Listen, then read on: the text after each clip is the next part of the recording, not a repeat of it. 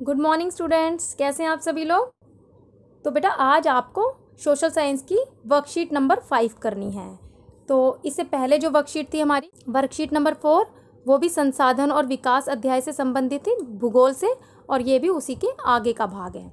तो हमने उस वर्कशीट में संसाधन की परिभाषा देखी थी और संसाधनों के प्रकार पढ़े थे। अगर मैं आपसे दोबारा पूछूं संसाधन की परिभाषा क्या होती है बताओ, तो बता पाओगे क्या? मैं दोबारा बता दूं। पर्यावरण में उपलब्ध प्रत्येक वस्तु जो हमारी आवश्यकताओं को पूरा करने में प्रयुक्त की जाती है, जिसको बनाने के लिए प्रौद्योगिकी उपलब्ध है और जो आर्थिक रूप से संभाव्य और सांस्कृतिक रूप से मान्य है, वो संसाधन कहलाती है।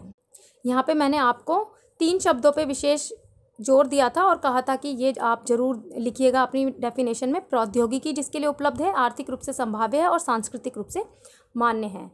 अब आप सभी को पता है कि जो प्राकृतिक संसाधन है, हमें प्रकृति से जो धरोहर के रूप में मिले हैं, उसमें भूमि, जल, वन, मृदा, वन्य प्राणी, खनिज संसाधन, जीवाश्म ईंधन, ये बहुत ही महत्वपूर्ण संसाधन है। और क्या हो रहा है कि हम इन संसाधनों का अति उपयोग कर रहे हैं। जनसंख्या तेजी से बढ़ती जा रही है और इन संसाधनों के ऊपर, प्राकृतिक संसाधनों के ऊपर दबाव बढ़ता जा रहा है।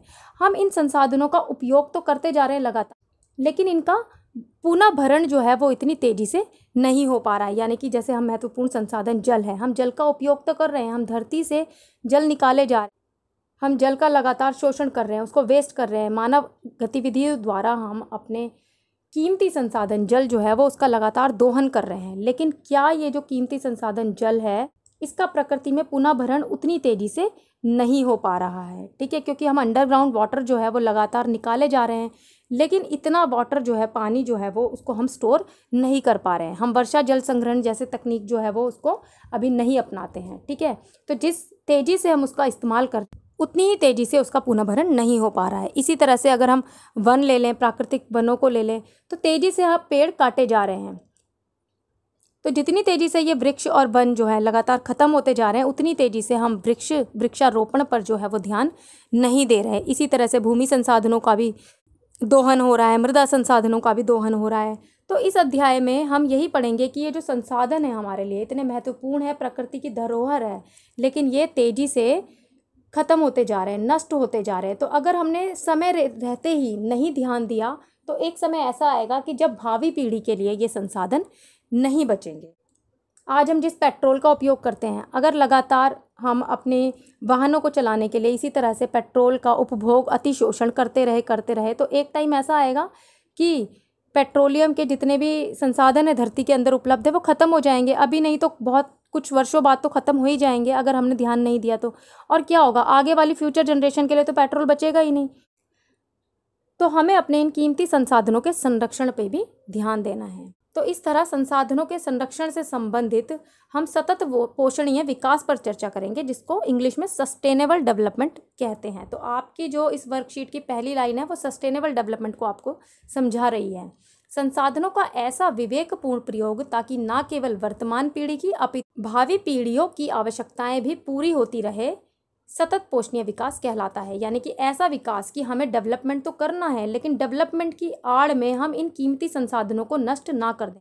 तो हम डेवलपमेंट करें, लेकिन इन संसाधनों का विवेकपूर्ण प्रयोग करें, जिससे कि हम अपनी भी आवश्यकताएं पूरी करें और आगे आने वाली पीढ़ियों के लिए भी ये संसाधन संरक्षित कर सके, संभाल कर रखें। तो ऐसे विकास को सतत पोषणीय विकास या सस्टेनेबल डेवलपमेंट कहते हैं। इंग्लिश में भी देख लेते हैं हम इसकी definition. Sustainable development means development should take place without damaging the environment, and development in the present should not compromise with the needs of future. तो हमें क्या करना है, वर्तमान की आवश्यकताओं का ध्यान रखना है, लेकिन साथ साथ भावी पीढ़ियों को भी ध्यान रखना है कि संसाधनों का उपयोग इस तरह से करना है जिससे कि उनके लिए भी ये संसाधन संरक्षित रह सके। ऐसे उपाय अथवा तकनीक जिनके द्वारा संसाधनों का उचित उपयोग सुनिश्चित किया जा सके, संसाधन नियोजन कहलाता है। यानी कि हम इस तरह की तकनीक अपनाएं, इस तरह के उपाय करें जिससे कि हम संसाधनों का उचित उपयोग कर सकें, और इस तरह से प्लानिंग करके चलें कि हमारे ये संसाधन हैं और ये संसाधन भावी पीढ़ी के भी काम आए। अब मैं एक एग्जांपल देती हूँ। अगर मान लो आज आपके पास, बहुत सिंपल एग्जांपल दे रही हूँ, शायद आपको लगेगा कि मैं इतना सिंपल एग्जांपल क्यों दे रही हूँ, कि मान लो आज आपके पास कहीं से 50 लाख रुपए आ जाते हैं, ठीक है। अब आप क्या करोगे, आप सोचोगे कि मुझे तो कोई काम करने की ज़रूरत ही नहीं है, 50 लाख रुपए बहुत है मेरे लिए, ठीक है, तो मैं इन्हीं का उपयोग करूँगी। और आप क्या है कि रोज़ उनमें से कुछ कुछ पैसे निकालते जाएं और अपने उपयोग की चीज़ें खरीदते जाएं या उनका उपयोग करते जाएं, खाने पीने में, कपड़े पहनने में, या किसी भी चीज़ में आप उन पैसों का उपयोग करें। तो क्या वो 50 लाख रुपए आपकी पूरी ज़िंदगी तक चल पाएंगे? चलो अगर आप बहुत सोचो तो बहुत ही कम उनका इस्तेमाल कर रहे हो, कहोगे कि हाँ ठीक है चल जाएंगे। फिर आपकी आगे वाली जनरेशन के लिए भी क्या वो 50 लाख रुपए बहुत होंगे? नहीं, कभी ना कभी तो वो ख़त्म हो ही जाएंगे ना। तो क्या आपको ऐसे नहीं सोचना चाहिए कि आज अगर मेरे पास इतने पैसे हैं तो मैं इनका इस तरह से इस्तेमाल करूं, इस तरह से विवेकपूर्ण तरीके से इस्तेमाल करूं कि इनका मैं कुछ रुपयों का इस्तेमाल कर लूं और कुछ रुपए किसी चीज़ में इन्वेस्ट कर दूं, जिससे कि आगे भी मुझे इससे पैसे प्राप्त होते रहें। इसको हम ऐसे भी समझ सकते हैं कि आपके पास एक बगीचा है आम का, और उस आम के बगीचे से आप जो है वो आम खाते हो, आपका पूरा परिवार आम खाता है, ठीक है, और आप जो है वो एक्स्ट्रा आम जो है वो बेच भी देते हो। जनसंख्या धीरे धीरे बढ़ रही है, आपका परिवार भी धीरे धीरे बढ़ रहा है, तो इससे क्या होगा कि आम जो है वो आपको और ज़्यादा उपभोग करने पड़ेंगे। आपकी फैमिली में भी ज़्यादा आम चाहिए, और मार्केट में भी मान लो आपके आम का जो है वो डिमांड ज़्यादा है, तो आप वहाँ पर भी ज़्यादा बेचोगे। तो धीरे धीरे आप आम की फसल को बढ़ाने के लिए क्या करोगे कि उसमें अच्छे कीटनाशकों का भी प्रयोग करोगे, फर्टिलाइजर्स वगैरह का भी यूज़ करोगे, और उनसे अधिक से अधिक, उन पेड़ों से अधिक फसल लेने की कोशिश करोगे। लेकिन क्या ये आपके आगे आने वाली पीढ़ियों तक के लिए, क्या ये आम का बगीचा काफ़ी रहेगा? मान लो आगे की आपकी 2 पीढ़ी, 3 पीढ़ी, 4 पीढ़ी, 5 पीढ़ी, तब तक के लिए सर्वाइव कर पाएगा आम का बगीचा? नहीं कर पाएगा। तो आपको समय रहते ही सोचना होगा कि आप इस एक आम के बगीचे के साथ साथ अन्य आम के बगीचे भी लगाएं, ठीक है, नहीं तो एक टाइम बाद आपके सारे आम का बगीचा जो है वो नष्ट हो सकता है। तो इसी तरह ये जो हमारे कीमती संसाधन है, अगर हम इनको नहीं बचाएं, आज हम विकास के लिए चाहे मेट्रो लाइंस निकाल रहे हैं, हम कहीं मॉल्स बना रहे हैं बड़े बड़े, ठीक है, और भी बहुत तरह की योजनाएं जो हैं वो विकसित कर रहे हैं, तो अगर हम इनको विकसित करने के लिए जो हमारे प्रकृति के बहुत ही महत्वपूर्ण संसाधन हैं, वृक्ष अगर काटते जाएंगे तो एक टाइम ऐसा होएगा कि पृथ्वी पर वृक्ष ही नहीं बचेंगे और हमें ऑक्सीजन नहीं मिलेगी। तो क्या ऐसा विकास उचित है कि हम वृक्ष काटें और विकास करें? तो ऐसा विकास उचित नहीं है। तो क्या हमें विकास को रोक देना चाहिए? नहीं, हमें विकास को भी नहीं रोकना है। तो हमें वो टेक्निक अपनानी है, इस तरह के उपाय और तकनीकों को सोचना है जिससे कि हम विकास भी करें, लेकिन अपनी कीमती धरोहर है वृक्ष, उनको भी बचाएं। तो अगर हम आज विकास कर रहे हैं और वृक्ष काट रहे हैं किसी जगह से, तो उतनी ही मात्रा में या उससे ज़्यादा वृक्ष लगाते जाएं, जिससे कि आगे वाली फ्यूचर जनरेशन को इससे समस्या ना हो।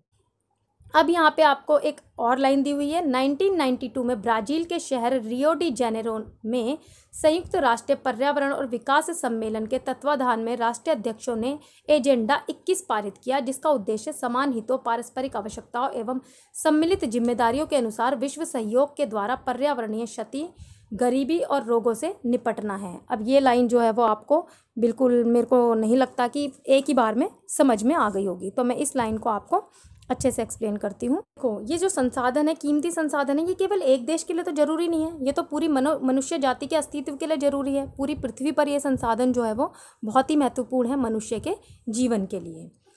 तो मानव जीवन की गुणवत्ता और शांति को बनाए रखने के लिए ये जो संसाधन है, इन संसाधनों का समाज में संरक्षण आवश्यक है, ठीक है।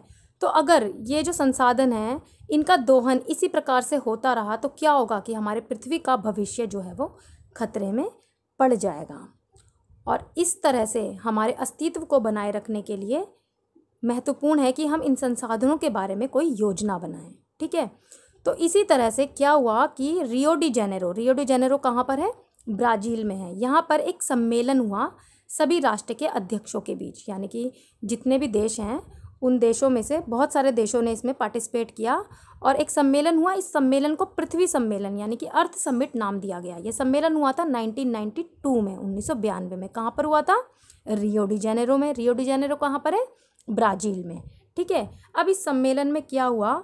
इस सम्मेलन में 100 से अधिक देशों के जो राष्ट्रीय अध्यक्ष थे वो आए, इकट्ठे हुए और उन्होंने एक तरह से विश्व स्तर पर बात की कि किस तरह से पर्यावरण जो है वो दूषित हो रहा है और पृथ्वी के महत्वपूर्ण संसाधन जो है उन पर खतरा मंडरा रहा है, ठीक है। तो उन्होंने सामाजिक और आर्थिक विकास की समस्याओं को हल ढूंढने का भी एक सामूहिक प्रयास किया, यानी कि हम मिलजुल कर इस जिम्मेदारी को उठाते हैं। और क्या किया, एजेंडा 21 प्रस्तुत किया। अब ये एजेंडा 21 क्या था, इस एजेंडे का उद्देश्य था कि समान हित, यानी कि एक समान हित, पारस्परिक आवश्यकताएं और सम्मिलित जिम्मेदारियों के अनुसार विश्व सहयोग के द्वारा पर्यावरण की जो क्षति है और जो गरीबी है और जो रोग है उससे निपटने के लिए हम सभी लोग मिलकर एक कदम उठाएंगे, यानी कि अपने अपने देश में अपने अपने लेवल पर इस तरह की योजनाएं बनाएंगे, इस तरह की प्लानिंग करेंगे जिससे कि इन सभी समस्याओं से निपटा जा सके। कौन कौन सी समस्याओं से, पर्यावरण क्षति, गरीबी और रोगों से निपटना। तो एजेंडा 21 का उद्देश्य आपको समझ में आ गया होगा। अब देखो यहाँ पे लिखा हुआ है पर्यावरण क्षति। अब ये पर्यावरण क्षति का मैं आपको समझा देती हूँ, यानी कि इन्वायरमेंट जो है वो लगातार दूषित होता जा रहा है। आपने साइंस में भी पढ़ा होगा कि पृथ्वी पर लगातार कार्बन डाइऑक्साइड गैस के उत्सर्जन से क्या होता है, पृथ्वी का वातावरण गर्म होता है। आपको पता है कि पौधे जो हैं वो ऑक्सीजन देते हैं और कार्बन डाइऑक्साइड ग्रहण करते हैं। अब लगातार पृथ्वी पर से पेड़ खत्म होते जा रहे हैं, तो इससे क्या हो रहा है कि कार्बन डाइऑक्साइड की मात्रा बढ़ती जा रही है, क्योंकि पेड़ जो है वो अवशोषित नहीं कर पा रहे हैं, क्योंकि पेड़ों की संख्या कम हो रही है, मनुष्य की संख्या बढ़ रही है, तो कार्बन डाइऑक्साइड लगातार बढ़ रही है। दूसरा एसी वगैरह हैं और ये जो रेफ्रिजरेटर है, इनसे निकलने वाली गैसेस जो हैं वो लगातार इस पर प्रभाव डालती हैं। ठीक है, तो पृथ्वी का जो तापमान है वो लगातार CO2 की मात्रा बढ़ने से गर्म हो रहा है, और CO2 की मात्रा बढ़ने से गर्म हो रहा है तो इससे ग्लोबल वार्मिंग की समस्या उत्पन्न हो रही है। ग्लोबल वार्मिंग, जिसको भूमंडलीय ताप वृद्धि भी कहते हैं। अगर आप अपनी NCERT की बुक खोल के देखेंगे तो आपको इसलिए सारा अच्छे से एक्सप्लेन किया हुआ है, आपको समझ में आ जाएगा। तो पृथ्वी का लगातार तापमान भी बढ़ रहा है। और दूसरा एक समस्या और उत्पन्न हो रही है, ओजोन डिप्लीशन, यानी कि ओजोन परत जो है वो लगातार क्षय हो रही है, वो ख़त्म होती जा रही है। आपको पता है ना कि हमारी पृथ्वी के ऊपर एक परत है ओजोन लेयर, जो क्या काम करती है, सूर्य से आने वाली अल्ट्रावायलेट रेज जो है पराबैंगनी किरणों को छानती है, फिल्टर का काम करती है। लेकिन लगातार CFCs गैसें होती है, सल्फर डाइऑक्साइड जैसी गैसेस जो होती हैं, जो एसीज, रेफ्रिजरेटर्स वगैरह से निकलती हैं, वो इस परत को नुकसान पहुंचा रहे हैं। तो नुकसान पहुंचाने से क्या हो रहा है कि ये जो ओजोन परत है इसमें कहीं कहीं पे छेद उत्पन्न हो रहा है, होल हो रहा है। ठीक है, तो इससे अगर ये होल होगा तो क्या होगा कि सूर्य की पराबैंगनी किरणें सीधी धरती पर आ जाएंगी। तो ये इस तरह की समस्याएं हैं जो किसी एक देश की समस्या नहीं है, ये विश्व स्तर की समस्याएं हैं। और पोल्यूशन की समस्या तो आपको पता ही है कि इतना ज़्यादा पोल्यूशन होने लगा है, दिल्ली में भी बहुत ज़्यादा पोल्यूशन होने लगा है, जिससे कि लोगों को साफ ऑक्सीजन जो है वो नहीं मिल रही है। तो इसी तरह से ये सभी देशों की समस्या है। तो सभी देशों ने एक साथ मिलकर इसके लिए योजना बनाने का प्रयास किया, और इसका जो पहला सम्मेलन हुआ था 1992 में रियो डी जेनेरो में हुआ था। ठीक है, अब आपको अच्छे से समझ में आ गया होगा कि एजेंडा 21 क्या है और ये पर्यावरणीय क्षति वगैरह ये सारी चीज़ें क्या है। अब यहाँ पे एक महत्वपूर्ण लाइन है महात्मा गांधी की। महात्मा गांधी जी ने कहा था कि हमारे पास व्यक्ति की आवश्यकता पूर्ति के लिए बहुत कुछ है, लेकिन किसी के लालच की संतुष्टि के लिए नहीं है। अर्थात हमारे पास पेट भरने के लिए बहुत कुछ है, लेकिन पेटी भरने के लिए नहीं है। ये बोर्ड के पेपर में जो है क्वेश्चन आ जाता है कि ये पूरी लाइन आ जाती है कि हमारे पास व्यक्ति की आवश्यकता पूर्ति के लिए बहुत कुछ है, लेकिन किसी के लालच की संतुष्टि के लिए नहीं है। ये कथन किसने कहा था? अगर 1 नंबर में आएगा तो ये कथन महात्मा गांधी ने कहा था। और कई बार ये लाइन ऐसे आ जाती है और बोलते हैं कि इसको स्पष्ट कीजिए, एक्सप्लेन कीजिए अपने शब्दों में। अब यहाँ पर क्या है कि पर्यावरण में और इस पृथ्वी पर व्यक्ति की आवश्यकता पूर्ति के लिए बहुत कुछ है, यानी कि हमारी पृथ्वी इतनी साधन संपन्न है, पर्यावरण में उपलब्ध इतनी प्राकृतिक धरोहर है कि ये हर व्यक्ति की आवश्यकताओं को पूरा करने में पूरी तरह से सक्षम है, समर्थ है, लेकिन किसी के लालच की संतुष्टि के लिए नहीं है। अगर हम लालची हो जाए और अधिक पाने की चाह में पृथ्वी पर उपलब्ध संसाधनों का दोहन करें, तो एक न एक दिन ये सभी संसाधन नष्ट हो जाएंगे। और ऐसा हुआ भी है। कुछ व्यक्तियों के लालचवश संसाधन समाज के कुछ लोगों के हाथ में ही आ गए हैं। क्या है कि कुछ लोगों के पास तो अत्यधिक संसाधन है, बहुत ज़्यादा संसाधन है, चीज़ों पर उनका दबदबा है, कंट्रोल है, और कुछ के पास बिल्कुल भी संसाधन नहीं है। इससे क्या हुआ कि समाज 2 भागों में बट गया, साधन संपन्न और साधन विहीन, हैव और हैव नॉट में। ठीक है, तो इस तरह से अगर हम यदि संसाधनों का अंधाधुंध शोषण करेंगे तो लालच की पूर्ति के लिए हमारी पृथ्वी के पास पूरा नहीं है, लेकिन आवश्यकताओं की पूर्ति के लिए पृथ्वी के पास पर्याप्त मात्रा में उपलब्ध हैं चीज़ें। तो मैं उम्मीद करती हूँ कि आपको समझ में आया होगा। मैंने समझाने की आपको पूरी कोशिश करी है। अब हम इसको इंग्लिश में भी पढ़ लेते हैं।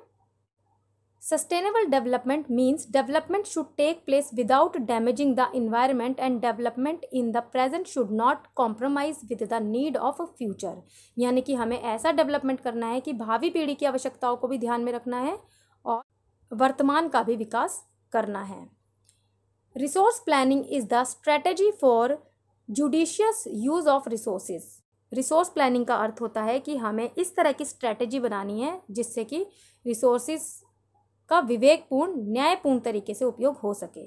Agenda 21 is a declaration that was signed by the world leaders in 1992 at the United Nations Conference on Environment and Development UNCED, which took place at Rio de Janeiro, Brazil. Its aim at achieving global sustainable development. It is an agenda to combat environmental damage, poverty, disease through global cooperation on the common interest, mutual needs and shared responsibility. ये सब मैं आपको समझा चुकी हूँ। Gandhi ji had said there is enough for everybody's need and not for anybody's greed। यानी कि need पूरा करने के लिए बहुत कुछ है लेकिन ग्रीड के लिए कुछ भी नहीं है। ऊपर यहाँ पे देखो भूमि उपयोग लिखा हुआ है। सबसे पहले मैं आपको बता देती हूँ, आपकी जो बुक है पहला लेसन है उसमें भूमि संसाधन को स्पष्ट किया हुआ है। तो भूमि संसाधन आप सभी जानते हैं कि हम भूमि पर रहते हैं और इसी पर अनेक आर्थिक क्रियाकलाप करते हैं।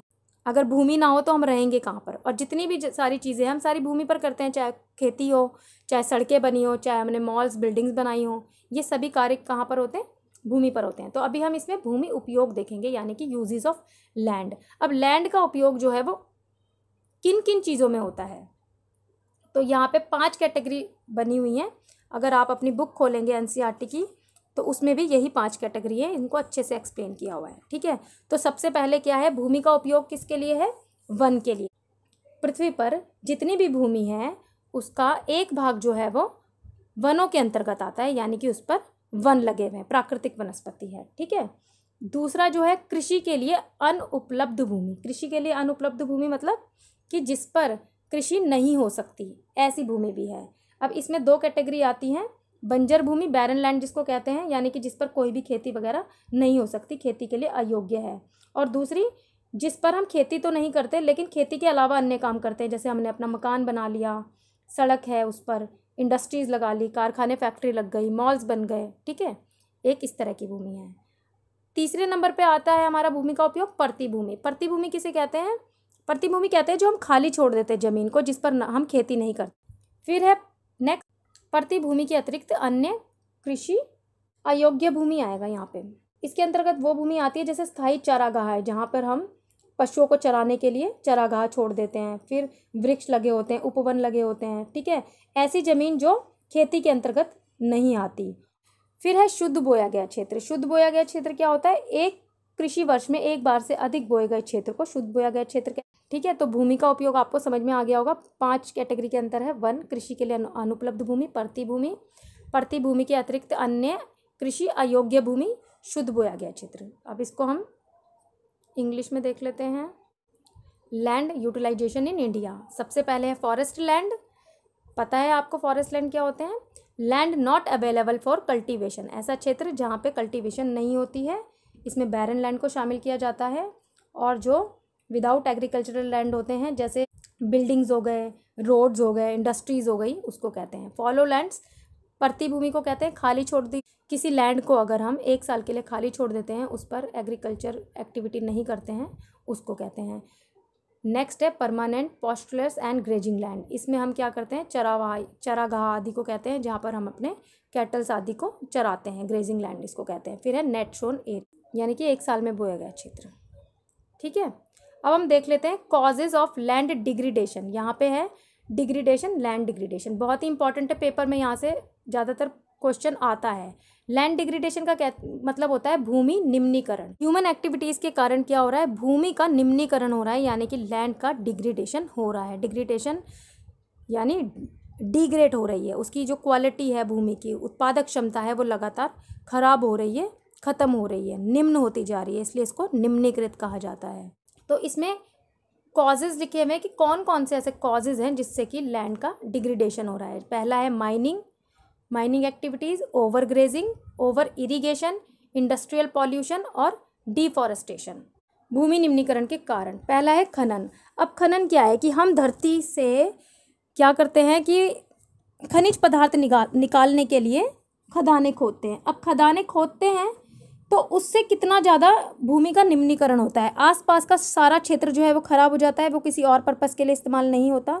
और खदानें खोदने के बाद जब उनसे एक्सट्रैक्ट कर लिया जाता है, यानी कि माइनिंग एक्टिविटी करने के बाद भी उन खदानों को खाली छोड़ दिया जाता है, तो इससे क्या है, आसपास का पूरा जो वातावरण है वो भी पल्यूटेड हो जाता है। डस्ट और चूना पत्थर के कण जो है वो लैंड के ऊपर जम जाते हैं, और जब ये लैंड के ऊपर जम जाते हैं तो वर्षा का पानी जो है, बारिश का पानी जो है वो अंदर एब्जॉर्ब नहीं होता है। ठीक है, तो यहाँ के इस एरिया की, यानी कि जितने भी क्षेत्र में माइनिंग एक्टिविटी है, वो सारा क्षेत्र की भूमि जो है वो खराब हो जाती है। फिर है अतिचारण, यानी कि ओवर ग्रेजिंग। अब क्या होता है कि खुले खेत होते हैं या चरागाह होते हैं, उसमें हम पशुओं को चराते हैं। तो अति पशुचारण से क्या होता है कि पशु जो हैं वो जड़ों के समेत ही पौधों को या घास को वो निकाल देते हैं। ठीक है, अब इससे क्या होता है कि जो भी घास वगैरह लगी होती है और ओवर ग्रेजिंग करने से जो लैंड होती है, वो लैंड का क्षेत्र जो है वो सारा खराब हो जाता है। अति सिंचाई भी भूमि निम्नीकरण का एक महत्वपूर्ण कारण है। जब बहुत ज़्यादा सिंचाई की जाती है खेतों में, तो इससे क्या होता है, पानी जो है वो उसमें लवण की मात्रा बढ़ जाती है और भूमि भी दलदली हो जाती है। फिर है औद्योगिक प्रदूषण।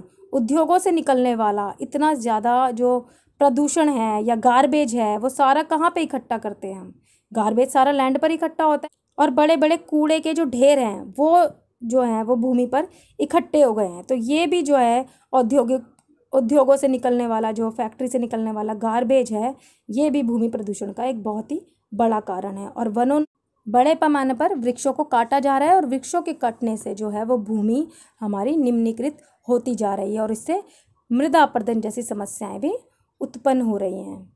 इसमें एक और बहुत महत्वपूर्ण कारण है कि हम खेतों में बहुत ज़्यादा अति उर्वरकों का प्रयोग भी कर रहे हैं। बहुत ज़्यादा केमिकल फर्टिलाइज़र अगर हम उपयोग करते हैं, रासायनिक खादों का प्रयोग करते हैं, तो इससे भूमि की उत्पादन क्षमता जो है वो, उर्वरता क्षमता जो है वो भी लगातार कम होती जाती है। तो ये जो है वो भूमि निम्नीकरण के महत्वपूर्ण कारण हैं। ठीक है, तो आज की वर्कशीट जो है वो समाप्त होती है, और अब हम इसके क्वेश्चन देख लेंगे। अगर आपको इस वर्कशीट से रिलेटेड कुछ भी समझ में ना आया हो तो मुझे कमेंट बॉक्स में ज़रूर लिखिएगा। मैं कोशिश करूँगी कि तो जो मैं नेक्स्ट वर्कशीट बनाऊंगी उसमें आपके क्वेश्चन को पहले समझाऊंगी। सबसे पहले हम क्वेश्चन देख लेते हैं जल्दी से। औद्योगिक प्रदूषण भूमि निम्नीकरण में किस प्रकार उत्तरदायी है, उदाहरण देकर बताइए। तो आपको उद्योगों से होने वाले प्रदूषण के बारे में बताना है कि किस तरह से ये लैंड डिग्रेडेशन के लिए रिस्पॉन्सिबल है। फिर है संसाधन नियोजन से आप क्या समझते हैं, रिसोर्स प्लानिंग के बारे में आपको बताना है। इसके बाद है एजेंडा 21 के उद्देश्यों का वर्णन कीजिए। एजेंडा 21 मैंने आपको बहुत अच्छे से समझाया है। फिर नेक्स्ट क्वेश्चन है, ये पृथ्वी हमें अपने पूर्वजों से विरासत में नहीं मिली, अपितु ये हमें अपने आने वाली पीढ़ी से उधार ले रखी है, जिसे हमें उन्हें लौटाना है। इस कथन के आलोक में सतत पोषणीय विकास के महत्व का वर्णन कीजिए। अब देखिए इसी तरह से बोर्ड में क्वेश्चन आते हैं। अब यहाँ पे बच्चे क्वेश्चन ही नहीं समझ पाते। क्वेश्चन में ये कहा गया है कि ये जो पृथ्वी है ये हमें विरासत में नहीं मिली है कि हम इसका अति उपभोग कर करके इसके सारे संसाधनों को नष्ट कर दें, बल्कि ये हमारे आगे आने वाली जो जनरेशन है ना, उससे हमने उधार ली है। यानी कि हमें संसाधनों का उपयोग इस तरह से करना है कि हमें उन आगे आने वाली पीढ़ी की जनरेशन के लिए उन्हें सुरक्षित रखना है। तो इस तरह से हमें इस क्वेश्चन को जो है वो एक्सप्लेन करना है, और सस्टेनेबल डेवलपमेंट जो है उसको समझाना है कि हमें विकास तो करना है, लेकिन हमें विकास करते समय ये ध्यान रखना है कि फ्यूचर जनरेशन का लॉस ना हो, और उनके लिए भी हम इन संसाधनों को संरक्षित रख पाएँ। ठीक है, तो अब आप इस वर्कशीट के क्वेश्चन आंसर करिएगा और इस चैप्टर को बहुत ही अच्छे से समझने के लिए, पढ़ने के लिए आप एनसीईआरटी की बुक जरूर पढ़िएगा, क्योंकि उस एनसीईआरटी की बुक में आपको और अच्छे से एक्सप्लेन किया गया है। यहाँ पे तो वर्कशीट में केवल आपको एक एक दो दो लाइनें बताई गई हैं, लेकिन बहुत अच्छे से एक्सप्लेन किया गया है। ठीक है, अभी के लिए इतना है, हम मिलेंगे नेक्स्ट वर्कशीट में। बाय।